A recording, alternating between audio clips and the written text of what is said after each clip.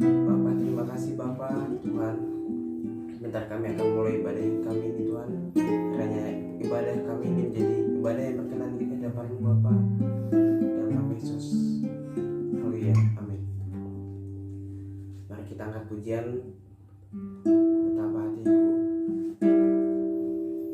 Betapa hatiku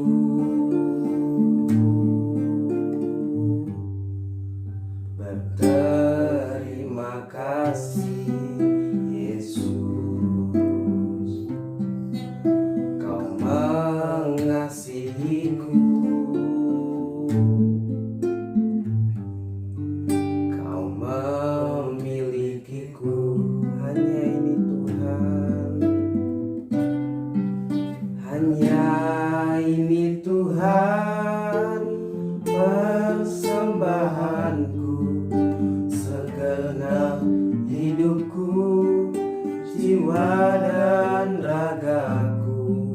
Sebab aku miliki harta kekayaan yang cukup berarti untuk ku persembahkan. Hanya ini Tuhan, permohonanku, terimalah Tuhan persembahanku. Sebab kalau hidupku sebagai alatmu seumur hidupku. Betapa hatiku berterima kasih Yesus, Kau mengasihiku, Kau memilikiku. Hanya ini Tuhan, persembahanku, segenap hidupku, jiwa dan ragaku. Serta aku miliki harta kekayaan yang cukup berarti untuk ku persembahkan. Hanya ini Tuhan, permohonanku, terimalah Tuhan persembahanku. Pakailah hidupku sebagai alatmu seumur hidupku. Mari kita sembah Tuhan. Terima kasih Tuhan, terima kasih Yesus, buat berkat-Mu hari ini Bapa. Kami serahkan kami Bapa, bersama-sama setiap hidup ini Tuhan.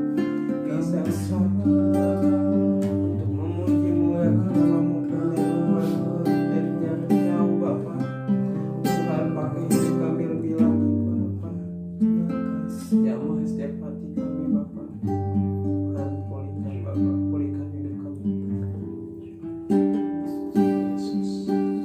Mari kita nyanyikan lagu banyak perkara Allah peduli. Banyak perkara yang ku simpan dalam hati, tiada satu pun yang terjadi di dalam kehidupan ini. Satu perkara yang ku simpan dalam hati, tiada satu pun yang terjadi tanpa Allah peduli.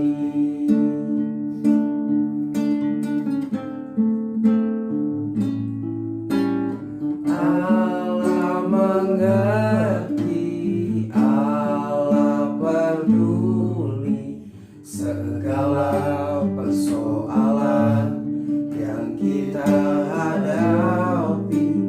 Tak akan pernah dibiarkannya ku bergumul sendiri, sebab Allah mengerti.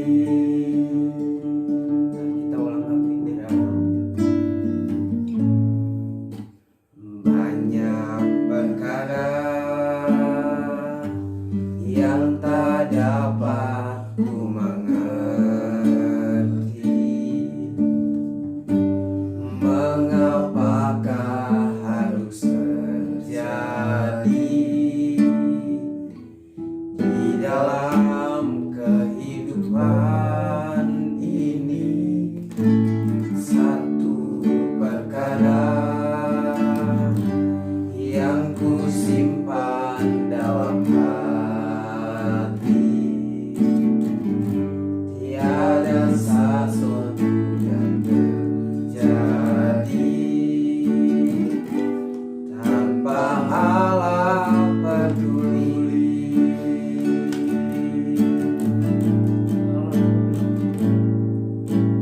Allah mengerti, Allah peduli segala persoalan yang kita hadapi. Tak akan pernah dibiarkannya ku bergumul sendiri, sebab Allah mengerti.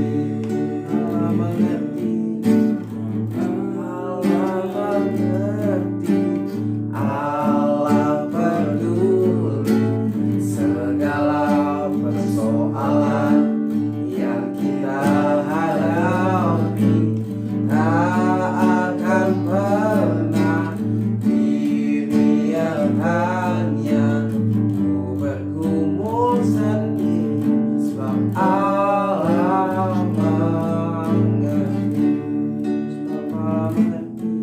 Sebab Allah mengerti. Sebab Allah mengerti.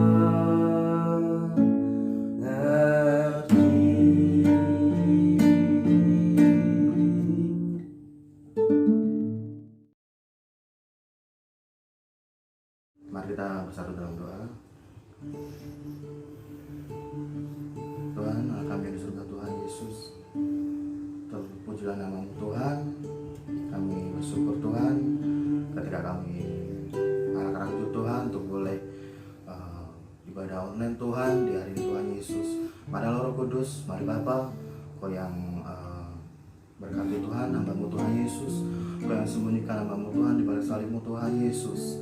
Biarlah renungan singkat ini Tuhan Yesus, pesan singkat ini Tuhan boleh berkati setiap anak-anak-Mu Tuhan Yesus. Ketika kami Tuhan mengundang Kau boleh hadir dalam kehidupan kami Tuhan Yesus. Seperti Daud Tuhan, dia boleh mengundang Kau Tuhan dalam kehidupannya Tuhan, dan juga dalam bangsanya, dalam ketika memimpin bangsanya, dia boleh mengundang Kau juga Tuhan Yesus. Oleh karena itu ada penyertaan-Mu selalu Tuhan bagi Israel, bagi dia, bagi Daud juga Tuhan Yesus. Makasih Bapa, terima kasih Roh Kudus.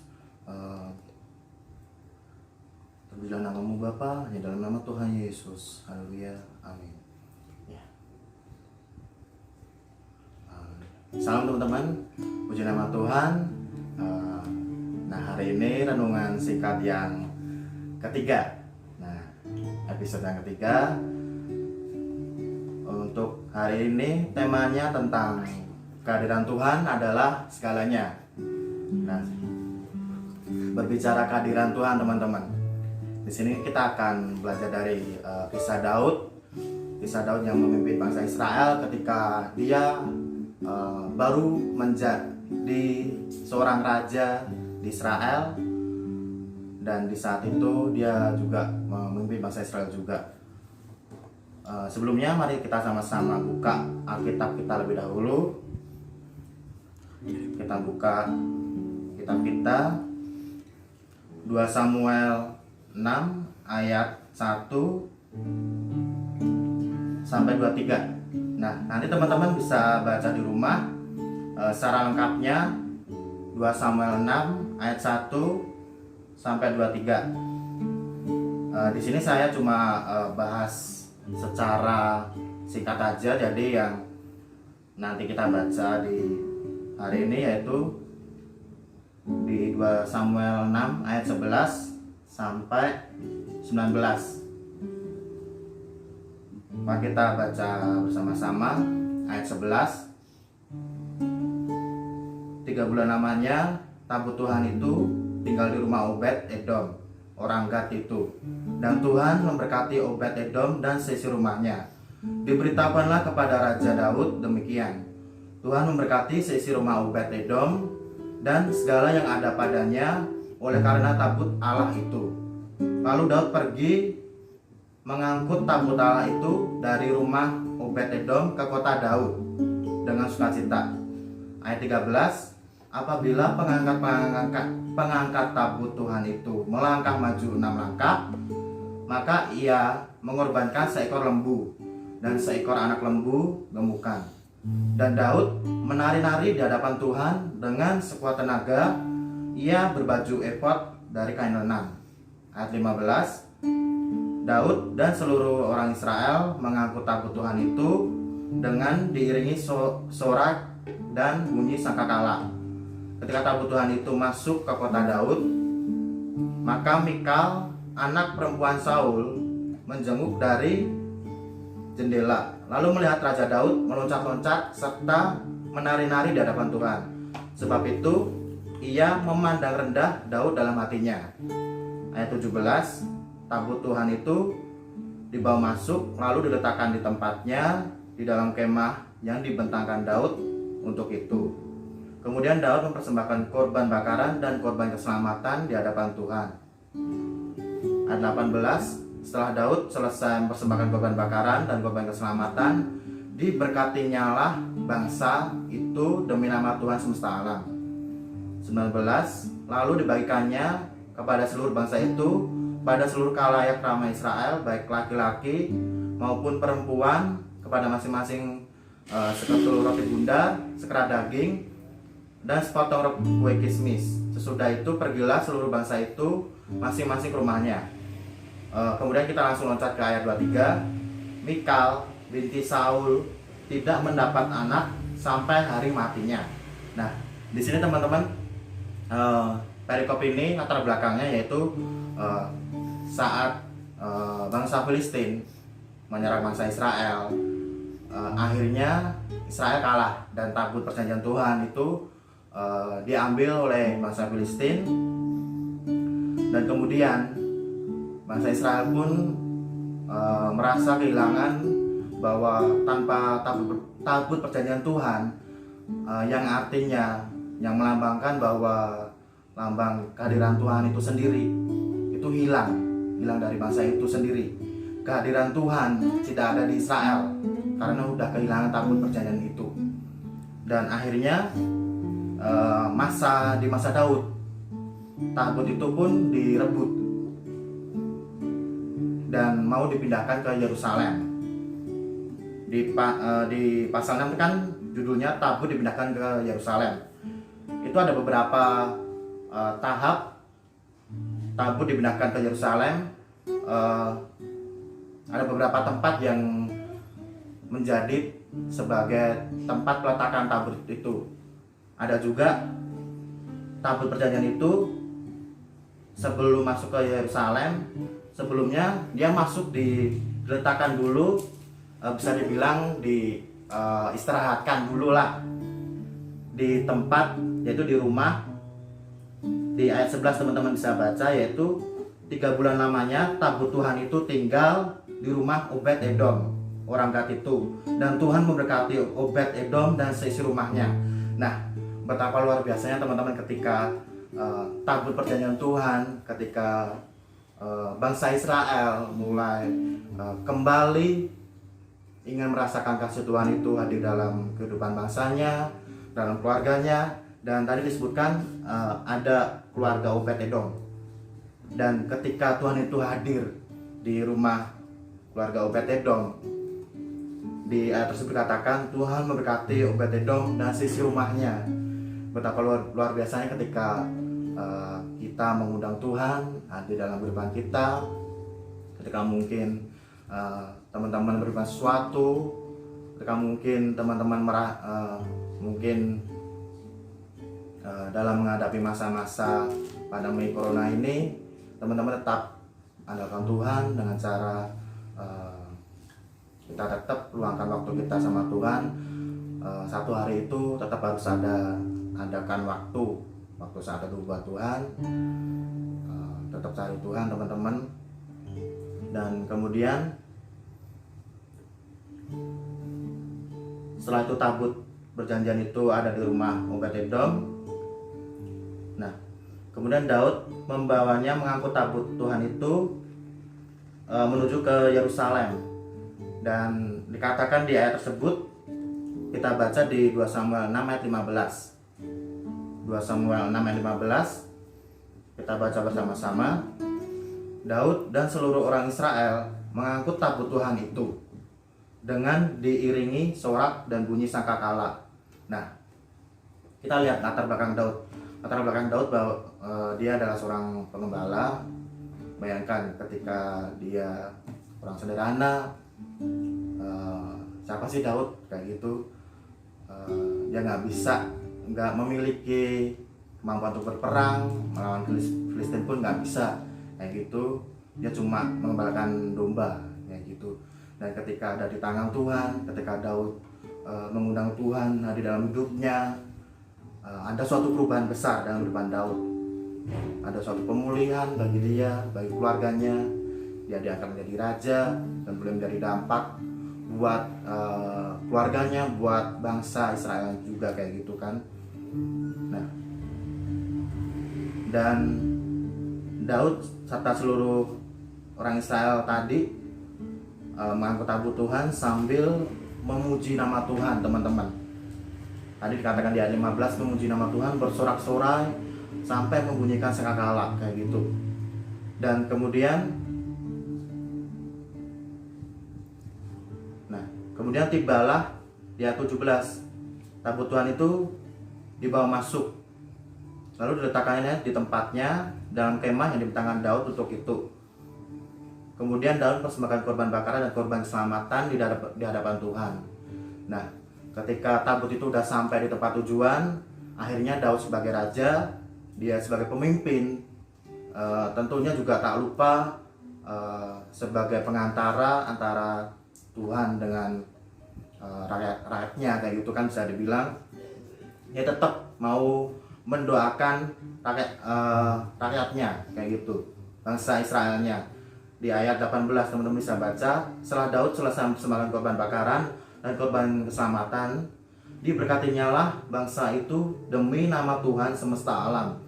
Betapa luar biasa ketika seorang pemimpin itu lebih dahulu memulai mengajak bisa dibilang rakyatnya. Mungkin kalau di komunitas ada pemimpin, ada anak-anaknya, nah diajak juga kayak gitu, sama-sama cari Tuhan, sama-sama mengundang Tuhan di dalam hidupannya kayak gitu kan teman-teman. Nah,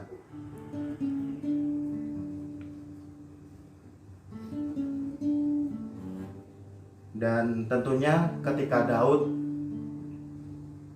menjadi raja, semua hal yang ada di Daud, baik itu talentanya memainkan kecapi, ketika dia menari, apapun yang dimilikinya dia persembahkan buat Tuhan kayak gitu. Nyanyian syukur dipersembahkan buat Tuhan.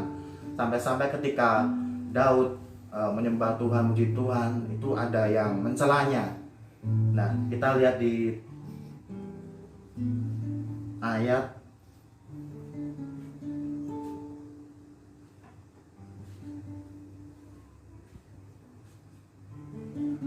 ayat 20 teman-teman. 2 Samuel 6 ayat 20. Ketika Daud pulang memberi salam kepada seisi rumahnya, maka keluarlah Mikal binti Saul. Nah, Mikal binti Saul di sini itu anak perempuan Saul. Di ayat 16 dikatakan Mikal anak perempuan Saul. Nah, jadi si Mikal ini anaknya si Saul. Dia mencela si Daud ketika dia menyembah Tuhan. Dikatakan katanya ayat 20, betapa raja orang Israel yang menelanjangi dirinya pada hari ini di depan mata budak-budak perempuan para hambanya, merasa dirinya terhormat pada hari ini, seperti orang hina dengan tidak malu-malu menelanjangi dirinya. Nah, akhirnya ketika Daud dicela dalam menyembah Tuhan, memuji Tuhan, si Mikal, si anaknya Saul itu dapat balasannya ketika ada orang yang diurapi Tuhan, dicela kayak gitu, ada yang mengganggu orang diurapi Tuhan, Tuhan pun tak tinggal diam. Tuhan sanggup memberkati anak-anaknya, melihara anak-anaknya. Dan akhirnya si Mikal pun kena balasannya sendiri di ayat 23. Mikal binti Saul tidak mendapat anak sampai hari matinya. Bayangkan, ketika kita mengundang Tuhan, Tuhan sanggup memberkati anak-anaknya. Tuhan sanggup memberkati siapa anak itu juga. Ketika teman-teman juga mengundang Tuhan ada di dalam keluargamu, dalam masa depanmu, dalam sekolahmu, mungkin banyak pergumulan ketika engkau mungkin sekolah diliburkan, mungkin ada yang pekerjaan diliburkan juga kayak gitu. Tetap cari Tuhan, tetap mengandalkan Tuhan, karena Tuhan adalah segala-segalanya teman-teman. Jadi kesimpulan di renungan malam hari ini yaitu tanpa Tuhan kita nggak bisa apa-apa teman-teman. Jadi tetap andalkan Tuhan dalam segala hal dengan cara katakan dalam hatimu, Tuhan hadirlah dalam hidupku, hadirlah dalam hatiku, tuntun langkahku Tuhan. Tiap hari katakan seperti itu, imani teman-teman ya. Sekian untuk renungan singkat hari ini teman-teman. Tuhan berkati teman-teman semua.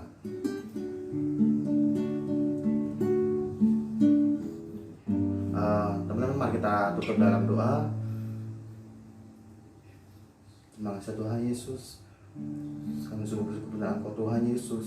Marilah Roh Kudus, biar kami juga mau mengundang Engkau Tuhan dalam depan kami Tuhan Yesus. Dalam komunitas kami juga Tuhan Yesus, kami mau mengundang Engkau Tuhan untuk berada dalam depan kami Tuhan Yesus.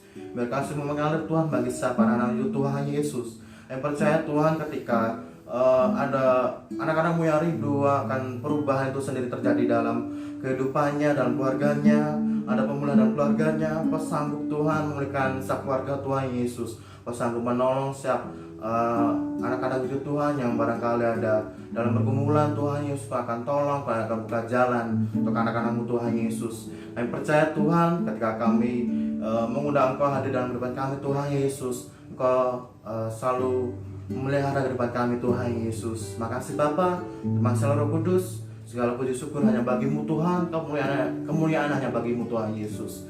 Makasih Bapa, hanya dalam nama Tuhan Yesus. Haleluya, amin.